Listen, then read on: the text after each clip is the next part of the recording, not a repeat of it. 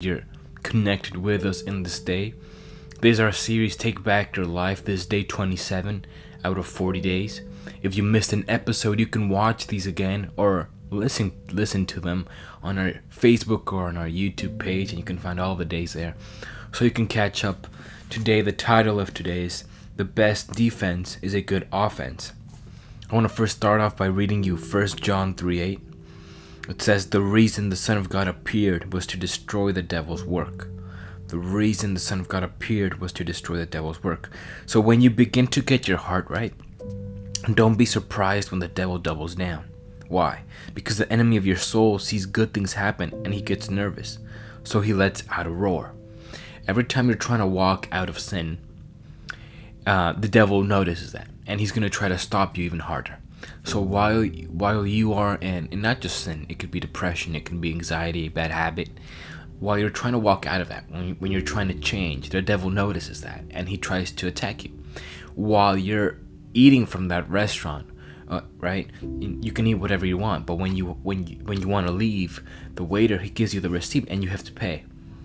And so, basically, when we live a sinful lifestyle, we get to do whatever we want, and when we want to leave, the devil kind of comes over and he's like, wait, you have to pay for all that, everything you did, everything you ate, and it's tough, but Jesus paid that price for us, right? He died on the cross for your sins and mine. He paid for that price, and so, but we still have to fight for our freedom. So when you're trying to leave an addiction, a bad habit, maybe you're just trying to change the way you think, low self-esteem, or start thinking positive thoughts, etc. The devil, he notices that, and he's going to try to attack you. So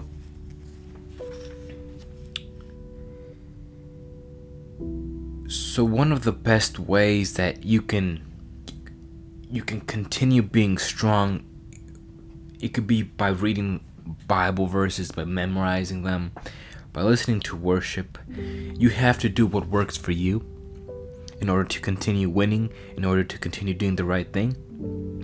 So you have to remember that thoughts can't be erased when the war in your mind happens.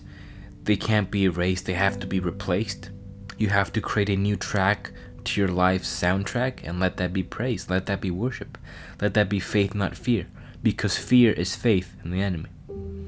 When you face fear, remember this. When the devil messes with you, it's a mistake on his part. Because every time he fights against something, he's tipping his hand so you can see what matters to him. The only reason the enemy would come against you is because he sees value in you. The only reason he would try to force you to think something like, I'm worthless, or no one wants me on their team, or I'm never going to win, or I suck, is because it's not true. And he wants to throw you off the trail of your God-given greatness. So if you're facing difficulty, it's because you have greatness in you, and the devil, he sees that. Not only God sees your potential, but also the enemy. It's because you're precious that he tries to make you feel worthless. It's because you're meant to choose life that he would try and suggest you should choose death. Whatever he says, it's the opposite, because he's a liar.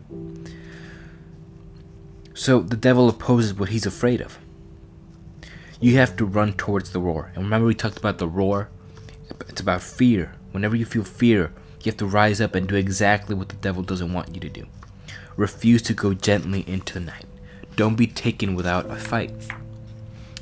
So in jiu-jitsu, you use your opponent's force and energy against that person. Likewise, when you experience terror during the darkness or fear, become a source of terror to the kingdom of darkness. It's terror jitsu.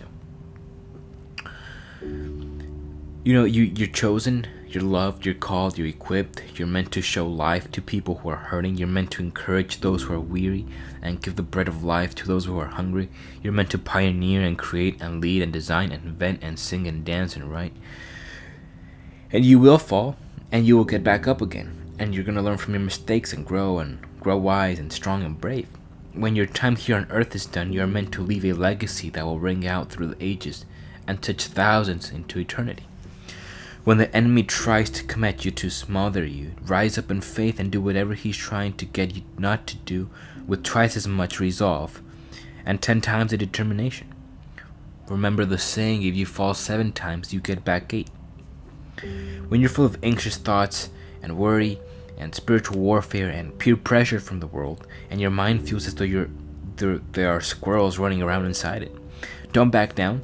You have to double down. Don't just discard the strongholds and idols that Jesus gives you the power to wage war against. You have to kill them. You can do this. It won't be easy, it won't be fast or pain-free, but you can win. You can win this battle of the mind. So a question for you throughout your day